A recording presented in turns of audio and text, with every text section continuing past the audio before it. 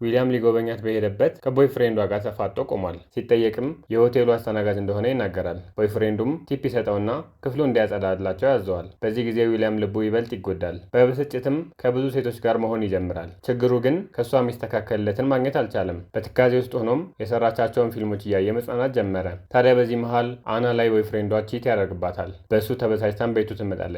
እሱም ይቅር ብሏት ፓፓራዚ እንዳያቸው ከእሱ ቤት ሳይወጡ ይቆያሉ። በዚህ ጊዜ እሷ በቅርቡ ልትሰራ ያሰበችውን ፊልም አብሯት እያለማመዳትና ቤት ውስጥ ጌሞችና ፊልሞችን እያዩ አብረው ቆንጆ ጊዜ ያሳልፋሉ። አብረውም ያድራሉ። ታዲያ ጠዋት ላይ የቤቱ በር ይንኳኳል። ማን ነው ብለው ሲከፍቱም በመቶዎች የሚቆጠሩ ፓፓራዚዎች ካሜራቸውን ደቅነው ያያሉ።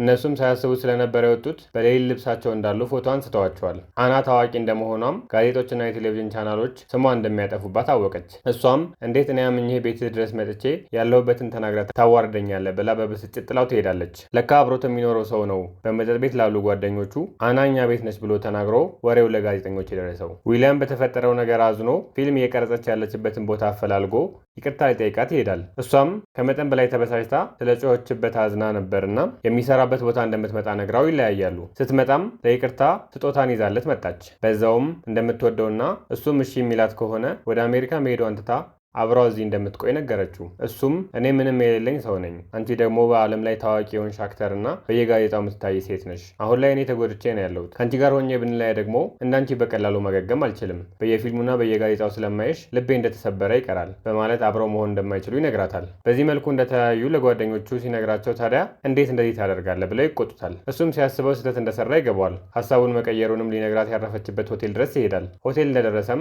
ከሆቴሏ መልቀቋንና አሁን ላይ ፕሬስ ኮንፈረንስ እየሰጠች እንደሆነና ፕሬስ ኮንፈረንሱን እንደጨረሰች ወደ አሜሪካ ልትበር እንደሆነ ይነገረዋል። ዊሊያም አሁንም ተስፋ አልቆረጠም። ወደ ፕሬስ ኮንፈረንሱን ቦታ እየፈጠነ ይሄዳል። እንደደረሰም በጋዜጠኞች መሃል ተደብቆ ምትለውን መስማት ጀመረ። አና የለንደን ቆይታዋ እንደጨረሰችና ወደ አሜሪካ ልትበር እንደሆነ ለጋዜጠኞች ትናገራለች። ቀጥሎ አንድ ጋዜጠኛ እንዲህ ብሎ ይጠይቀታል። ለንደን በነበርሽበት ወቅት አብረሽው የነበርሽው እንግሊዛዊ ሰው ጋር ያለሽ ግንኙነት እንዴት ነው? እሷም እንዲህ ትላለች። ከእሱ ጋር በተለያዩ ምክንያቶች መቀጠል አልቻልንም። አሁን ጓደኞች ብቻ ነን። በዚህ ጊዜ ነበር ዊሊያም እጁን አውጥቶ ያ እንግሊዛዊ ሰው ተንበርክኮ ይቅርታ ቢጠይቅሽና አብረን እንሁን ቢልሽ ሀሳብሽን ቀይረሽ አብረሽው ትሆኛለሽ ወይ ብሎ ይጠይቃታል። እሷም የአሜሪካ ጉዞዬን ሰርዤ አብሬው ቆያለሁ ትላለች። ጋዜጠኞችም በተሰበሰቡበት በደስታ ይሳሳማሉ።